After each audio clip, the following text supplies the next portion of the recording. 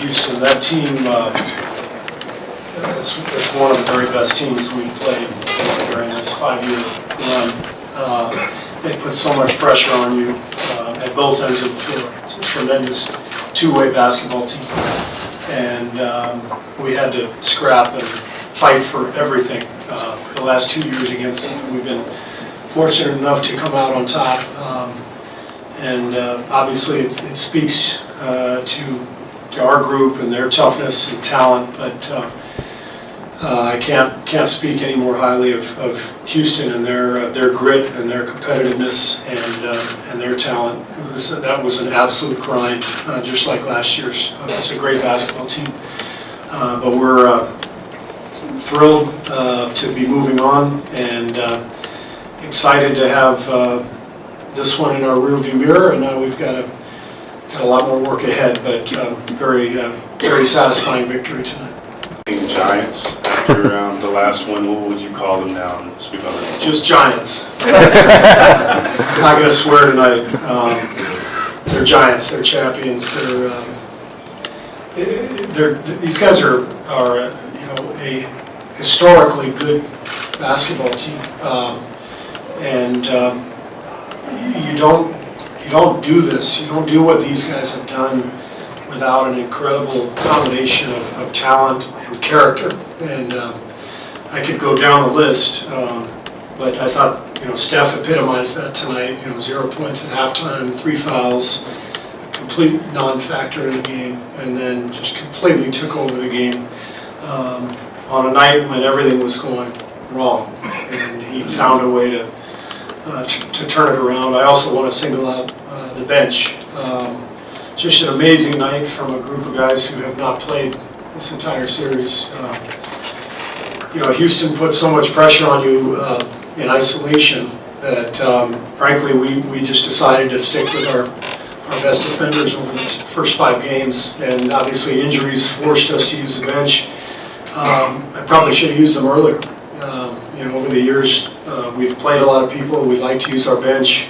We talk about strength in numbers, but the coach wasn't doing much of that the first 5 games. So it's I'm just incredibly proud of Jordan and Jonas. Kavan had a great series, but Quinn Cook to do what he did tonight, coming into the game without really having played the whole series. Those guys were amazing and really a huge factor in the win. Steph's, foul trouble throughout the series, and he got those quick score early. Can you talk about how he was able to balance that with that incredible second half? Well, that's what Steph does. I mean, I actually told his mom and dad after the game. I said, if that game didn't personify Steph Curry, I don't know what did. I mean, he's a guy who can make some plays that leave you scratching your head. The fouls, some of the turnovers, not tonight, but sometimes he just makes plays and you kind of look around and think, what is he doing? But most of the time he makes these incredible plays, and he's just fearless. And that's what makes him who he is. So he reminds me a little bit of Manu Ginobili.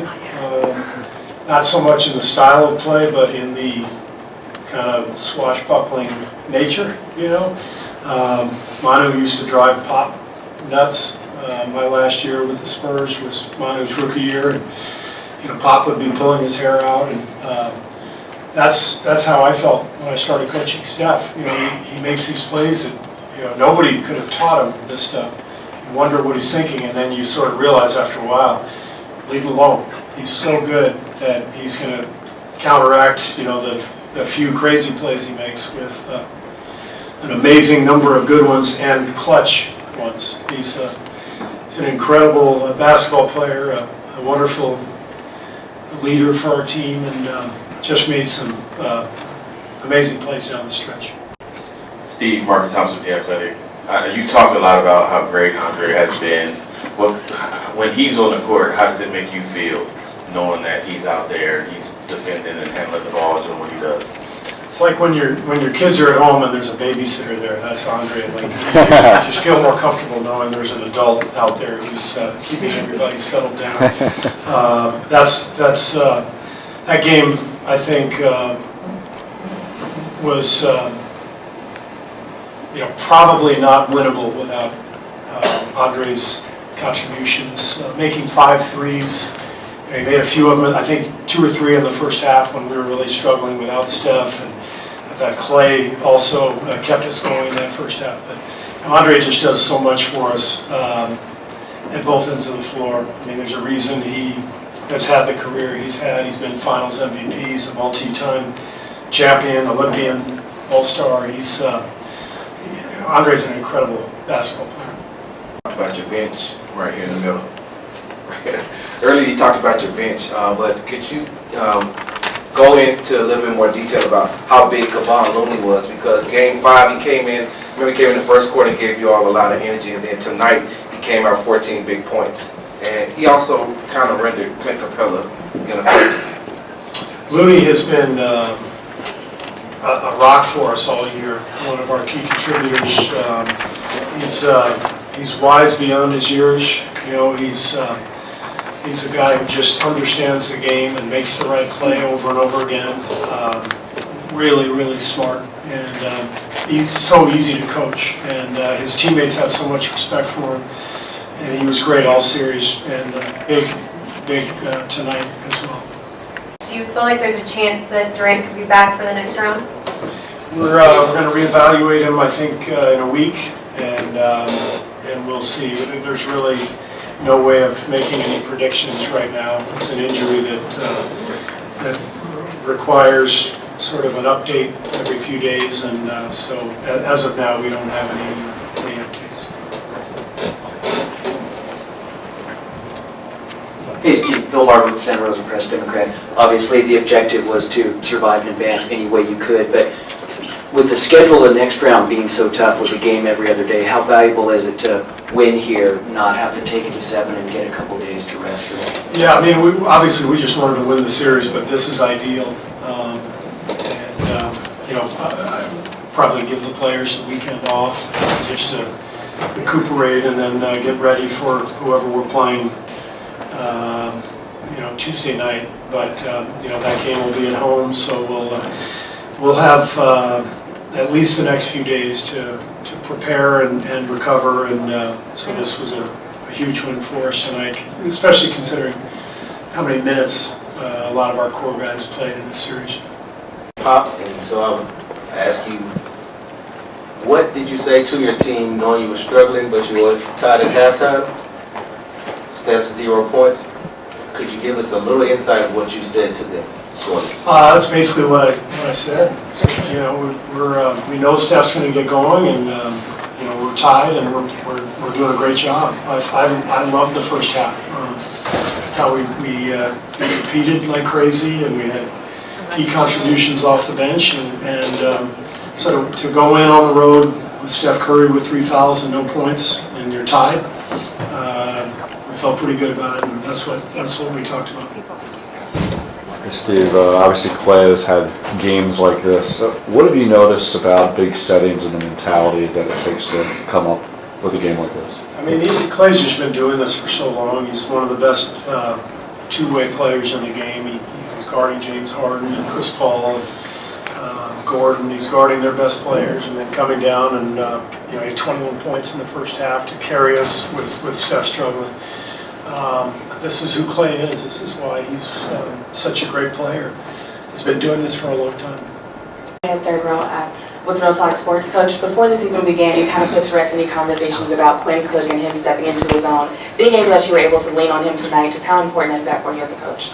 Well, you have to have guys like Quinn on the bench who you can count on, whether they're in the rotation or not. And Quinn has been a rock for us the last couple of years. So happy and proud of him, to come out tonight and play 16 really important minutes when he had barely played the entire series. But so that's why he's on this team. He's a pro. Steve, to your left, Reed Forgrave with CBS Sports. You could humor me with a dumb sports writer question. Considering the circumstances and the curveball you were thrown with Kevin's injury and with DeMarcus's injury, where do you rank this win over the past 5 years, like as far as your guys' playoff runs?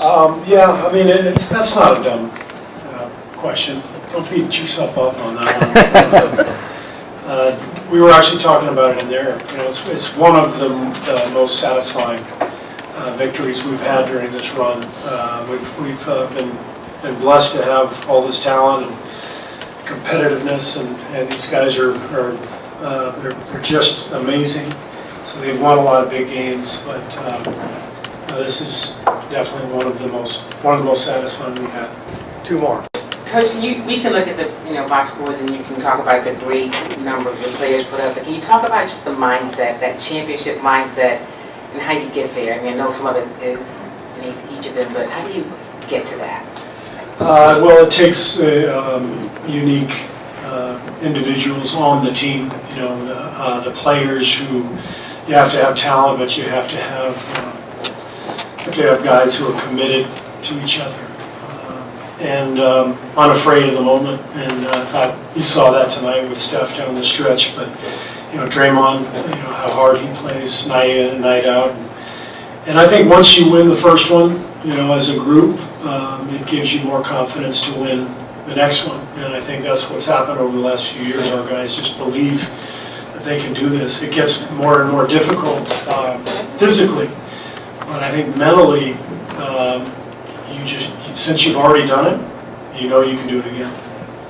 Coach, energy level after the game in the locker room remind you some of your great nights, for the past. Yeah, I mean, it shows you how much respect we have for Houston. I mean, we just finished the conference semifinal series. We're only halfway home to where we want to be, and yet the celebration in there felt like a much bigger occasion, and it's because of the challenge that this team put before us. So we're all very happy, but now we got to get home and get some rest and prepare for the next round. Thanks, everybody. Thank you. Oh, sorry.